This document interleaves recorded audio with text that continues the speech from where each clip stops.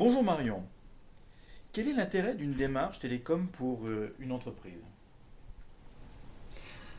Les télécoms sont une catégorie d'achat dite de fonctionnement. Pour autant, c'est très stratégique pour toute entreprise, de la grande entreprise à l'auto-entrepreneur.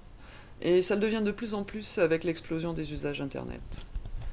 C'est une catégorie d'achat qui est très complexe et technique, dont les évolutions technologiques sont rapides et multiples. Il est facile de faire le mauvais choix parmi des solutions très différentes, souvent packagées de façon illisible, pour des coûts qui vont du simple au triple. Et quelles sont les évolutions les plus significatives actuellement? Elles sont nombreuses en fait. Pour la téléphonie fixe, la fin de notre bon vieux réseau RTC, le réseau téléphonique commuté, qui démarre fin 2018 et s'achève en 2019. Les solutions alternatives sont nombreuses et il faut être sûr de faire le bon choix en fonction des spécificités de l'entreprise et de ses enjeux.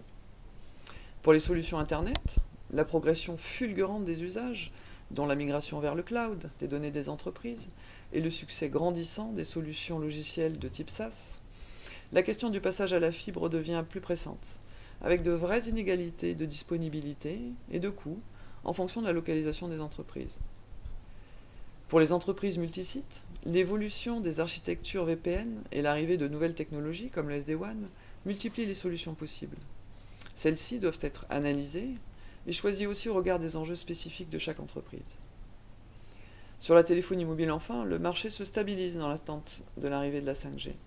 L'évolution du marché vers les offres tout illimitées ne doit pourtant pas faire oublier la nécessité de bien profiler les lignes en fonction des usages et des besoins réels.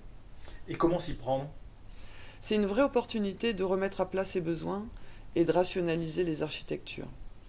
Il est important que l'ensemble des interlocuteurs concernés de l'entreprise, DSI, services généraux, achats, participent à une réflexion commune afin d'explorer toutes les pistes de mutualisation et d'optimisation entre les segments fixes, réseau et mobile. Merci Marion.